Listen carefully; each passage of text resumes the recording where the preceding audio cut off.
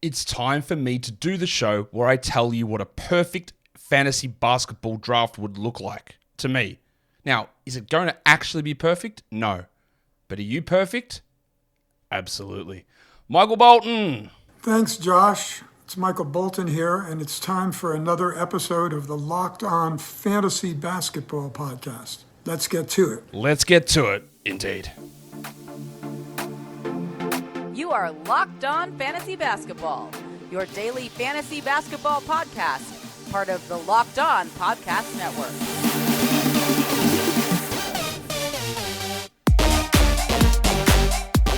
Hello and welcome to the Locked On Fantasy Basketball Podcast, brought to you by Basketball Monster. My name is Josh Lloyd and I am the lead fantasy analyst at basketballmonster.com, and you can find me on Twitter as always at redrock_bball, on TikTok at redrock_bball, and on Instagram at Locked On Fantasy Basketball. This episode is brought to you by FanDuel Sportsbook, official sportsbook of Locked On. Make every moment more. Right now, new customers can bet $5 and get $200 in bonus bets guaranteed. Visit fanduel.com/lockedon to get started. Thank you also for making Locked On Fantasy Basketball your first listen every day. We are free and we are available on all platforms. So, what is the premise of this show? Is this draft perfect? Of course it's not. It's impossible to be perfect because I don't know what's going to happen in the future. I give my best guesses, but I've got no idea how things are going to pan out for the main part.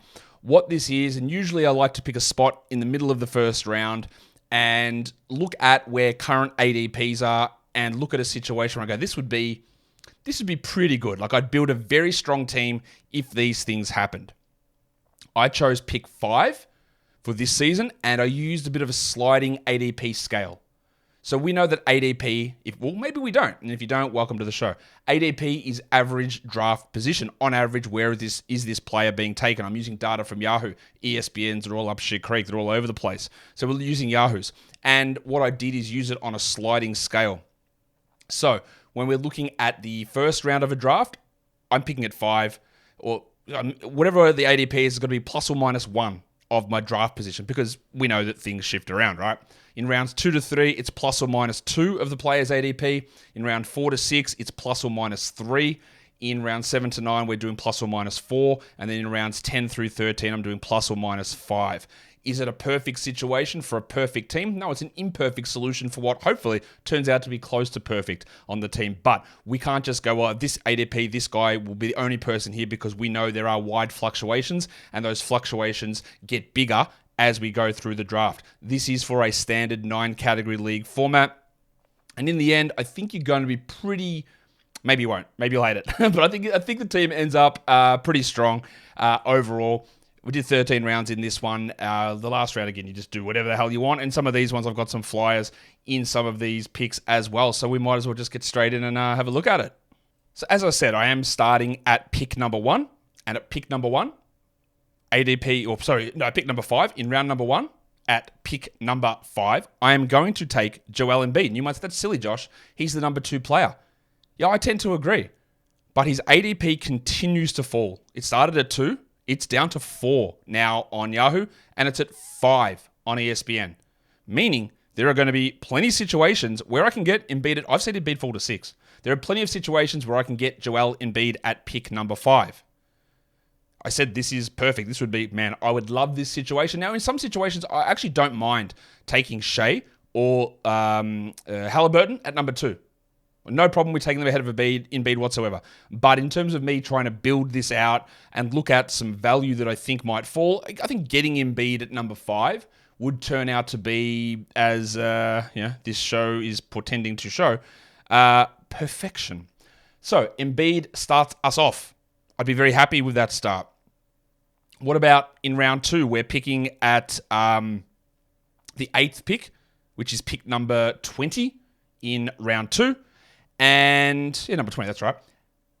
And I was shocked to see that this was the case, but Donovan Mitchell has an ADP of 18 on both Yahoo and ESPN. And my pre-set out tolerance levels of an ADP plus or minus 2 means that he could fall to 20. And in fact, he will fall to 20 in some drafts. Now, in some, he will go at 14 or 15. But in some, he is going at pick 18.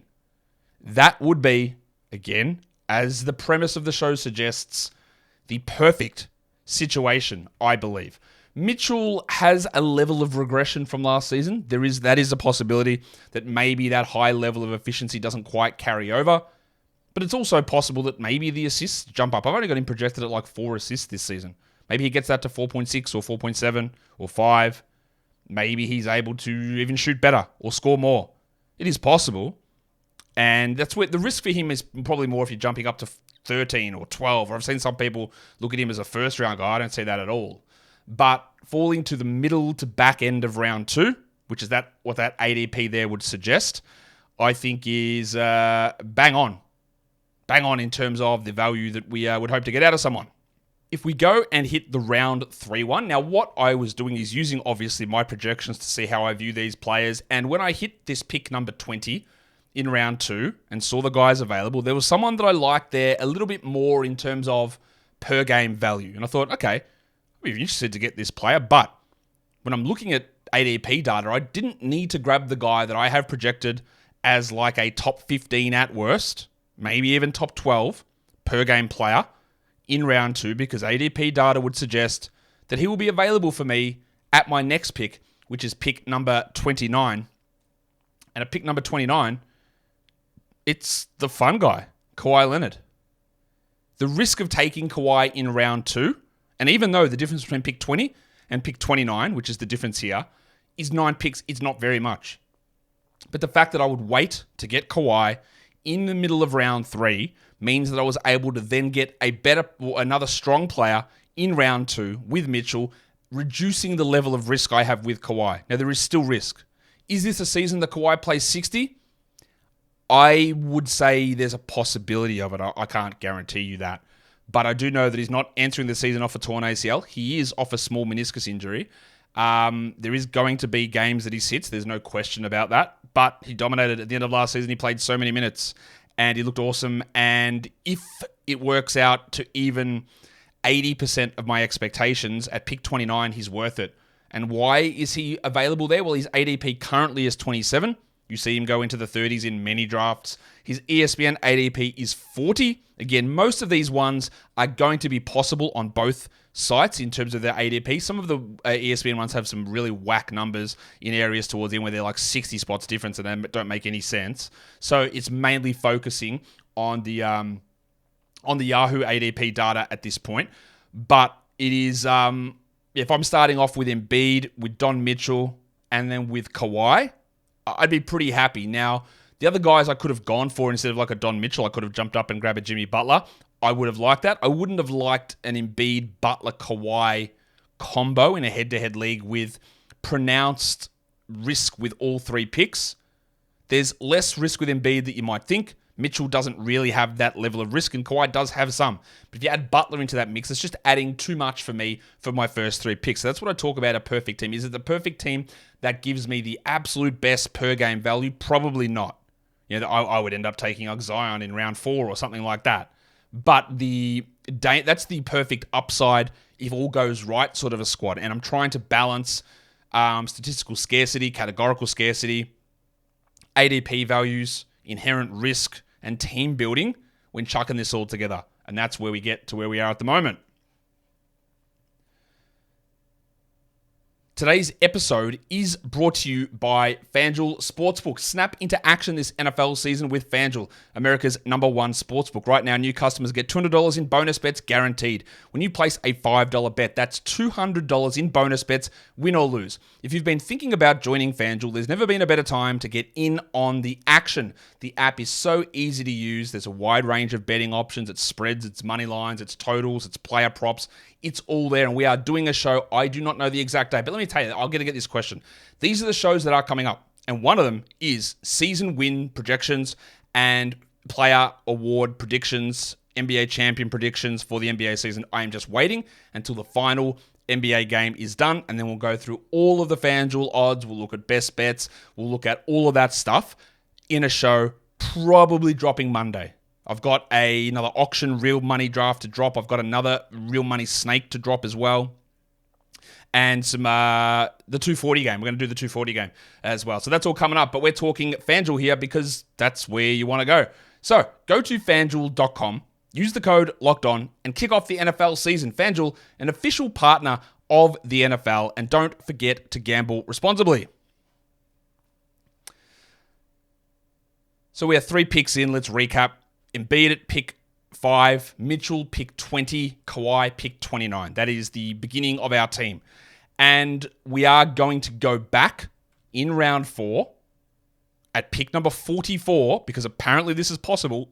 At pick number 44, we are going to take Donovan Mitchell's teammate, Tristan Thompson. No, we're going to take Darius Garland in round number 4 at pick number 44. And I was a little surprised to see that the ADP would fall into my tolerances. I didn't just pull these tolerances out of my ass, by the way. I did do some research on trying to find ranges of things. I also talked to my old friend ChatGPT to see what data they could find about ADP ranges in certain areas, and this was part of the suggestions that we came up with. And then I went and looked in at the draft. So when we're looking in round 4, we were looking at plus or minus 3 ADP. And Mitchell Garland's ADP sits at 41. His ESPN ADP sits at 41 as well. I'm picking him here at 44. So there is a situation, perfect, that he gets to me. And I looked at it because I was like, I do need to get some assists here, because Mitchell's solid enough, Embiid's above average for his position, Kawhi's okay, but no one's really blowing me away here. No one's giving me these big numbers. So I need to be really deliberate about when I'm getting certain categories. And that's what you'll see in the next round as well. But I took Garlo there at pick number 44 in round 4. That's the 8th pick of the 4th round, the 44th pick. We come back onto the clock at pick 53. And I actually think this one is a gigantic steal, honestly. Nicholas Claxton. His ADP is 55 on Yahoo. His ESPN ADP is 84. So I didn't even have to look at the plus minus here, because my pick is at 53 and Claxton's going at 55.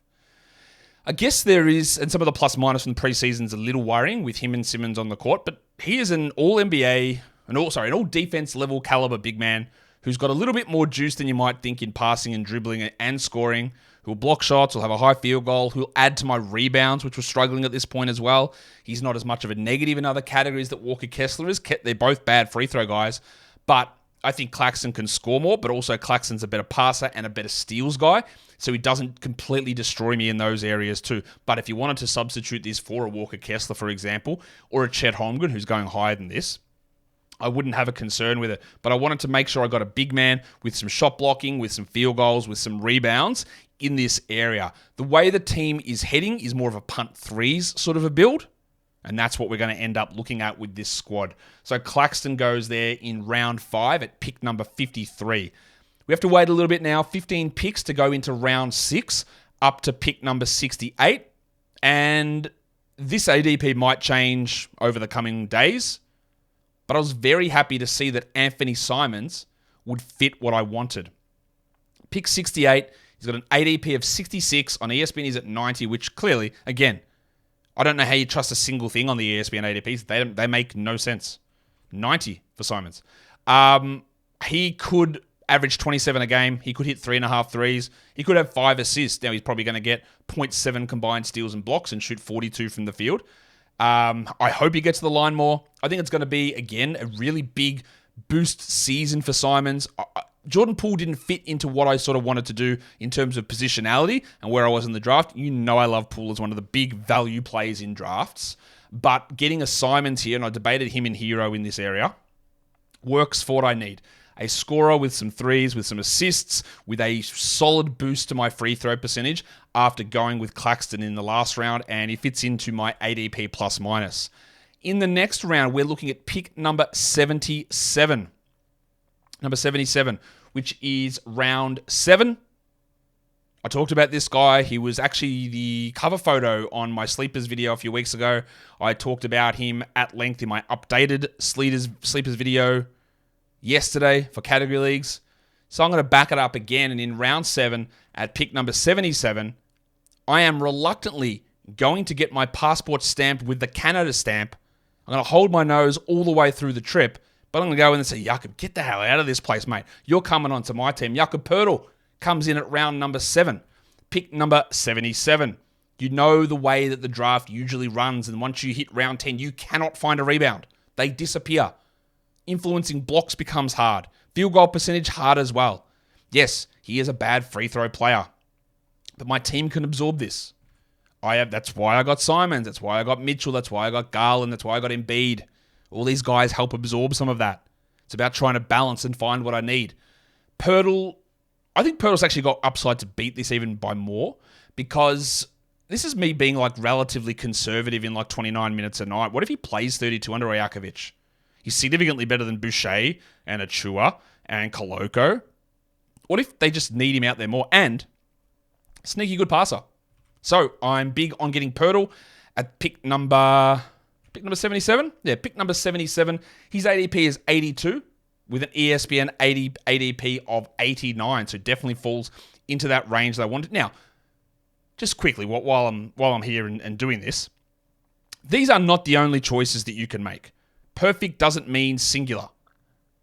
And part of why I really do push back often against, going off straight rankings or talking about, very set pairings and all that sort of stuff is that there are many, many ways that you can go and still come out with very successful teams.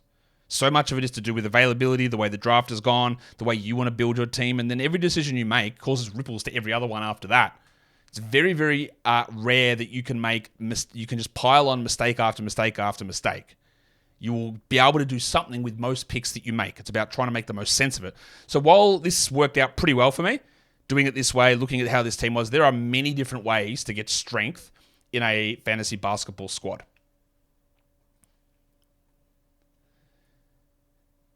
Today's episode is also brought to you by Jace Medical, and in particular, the Jace Case. The Jace Case is a personalized emergency medical kit containing 5 essential antibiotics that treat the most common and deadly bacterial infections. You can also customize that case as well and add additional medications depending on what you and your family needs. There is so much uncertainty in the world with disasters and things that might impact our ability to get these things that could help save our lives. Fires, earthquakes, landslides, floods, supply chain disruptions that mean that some medication is hard to get. And there are certain situations where you're going to need something and you got to have it on hand. That's simple as that. You've got access to their doctors who talk you through everything that you need over at Jace as well. So go to jacemedical.com and enter the code LOCKEDON at checkout for $20 discount on your order. The promo code is LOCKEDON at jasemedical.com. Okay, so that'll bring us through to round number 8 now, and we are talking about pick number 92. Number 92. Now, in a lot of drafts, this won't be possible, but ADP suggests that it is in certain situations. So if you are a switched-on drafter with switched-on league mates, you might not be able to do this. But not everybody views it that way. Markelle Fultz in round 8 would be great. His ADP is 95 on Yahoo. It is, for some reason, 130 on ESPN because, again, something funny is going on over there. 130 on ESPN suggests in their default formats, 10-man league, 13-man rosters, that he is undraftable. That is the very last pick of a draft, meaning in probably half the drafts, he goes undrafted, which, of course, is insane, right? Absolutely nonsense level insane. So I'd be very happy to get old Fultzy here at pick number 8. In the in the 90s, I believe is the selection. You have 92. So getting Fultz there because I was running low on assists and I'm still running low on assists and I'm going to have to address that in the next round as well. Well, not running low, but running to a stage where I need to keep them boosted. Otherwise, I do get into a little bit of trouble. There. My next pick's at 101. Now, this one is, am I pushing the levels of credulity here? Maybe. You be the judge. But I preset my expectations and my rules, and Scoot Henderson falls into it. This is picked 101. He's at 97 at the moment. Now, I see him go sometimes crazy. Now, to be fair, ESPN's got him at 68, so that's clearly an insane ADP as it is. But if I'm drafting on ESPN, I'm probably not going to get him here. But this was set to be Yahoo, and I've seen him go in the 70s, I've seen him go in the 80s, I've seen him go in the 90s. But an ADP of 97 still suggests that a large proportion of people are letting him fall past 97. Past it.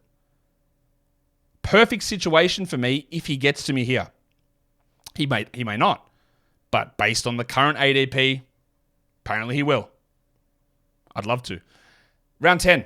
This guy's available, just sitting on the waiver wire for free, for nothing. You don't even have to spend a draft pick in some leagues. They're the leagues that aren't paying attention. But in round 10, I'm taking Zach Collins. He's got an ADP of 112 on Yahoo, an undrafted ADP on ESPN, 138, and I am taking him here at pick number 116.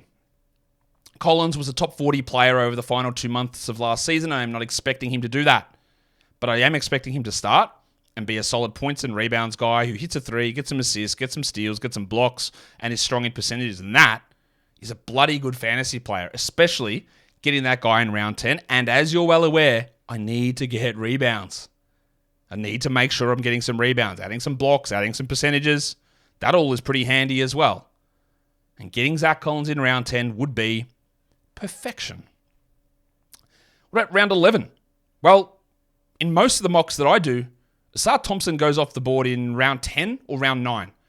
But apparently the general public does not see it that way. His ADP is 134. This is pick 125 for me. So I theoretically could have almost left him to round 12 to get him. I didn't. I took him here.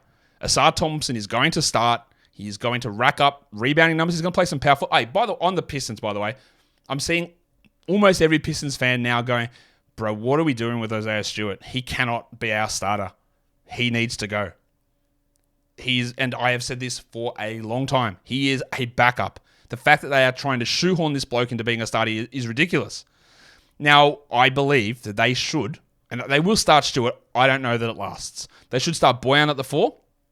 There's been a momentum push for Killian Hayes to start, which, honestly, I didn't see that coming. But a Hayes, Cunningham, Thompson, Boyan, and Duran combination without Ivy.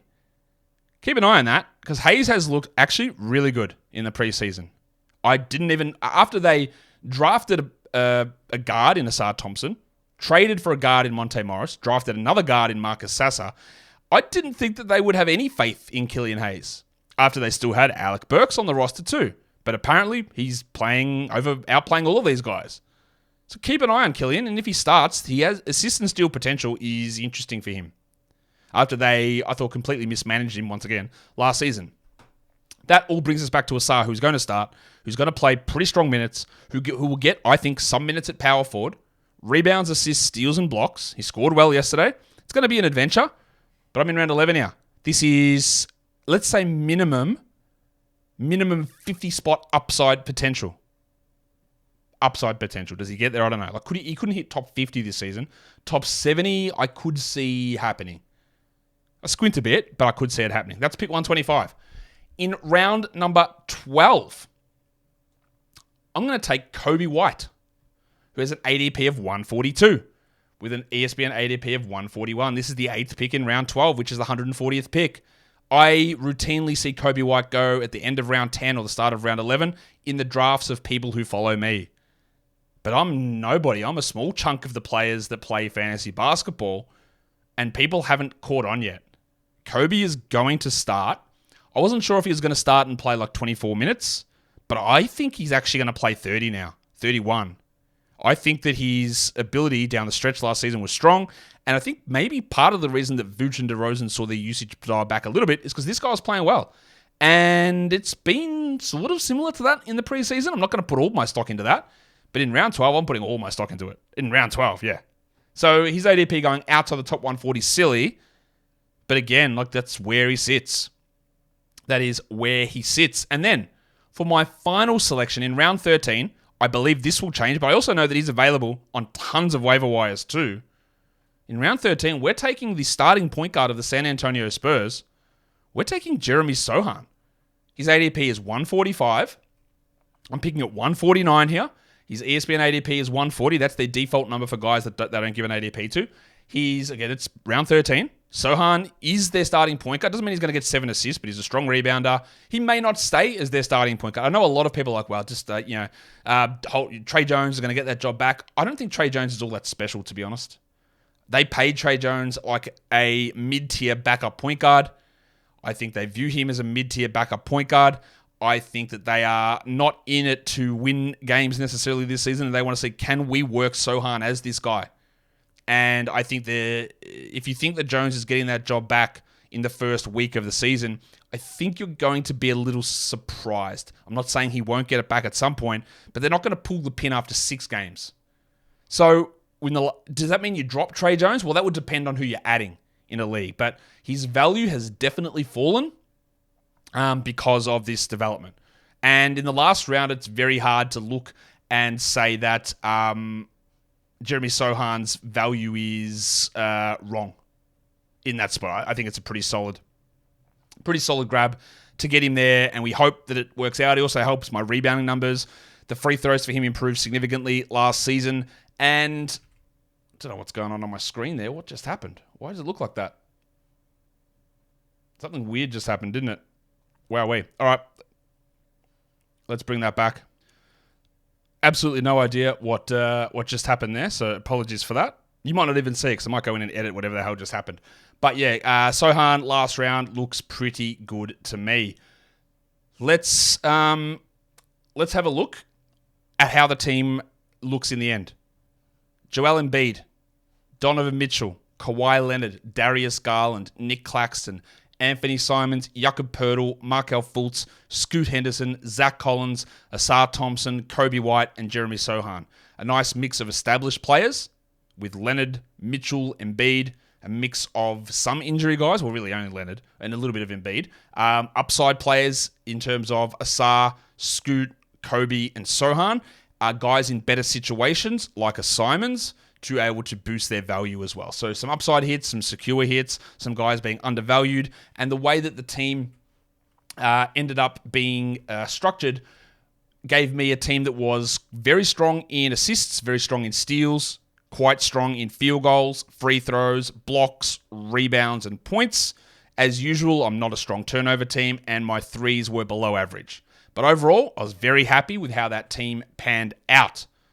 Follow this podcast on Apple Podcasts, Google Podcasts, Stitcher, Spotify, and on the Odyssey app. Not on Stitcher, but on YouTube. Thumb it up and leave your comments down below. Guys, we are done here. Thank you so much for listening, everyone. See ya.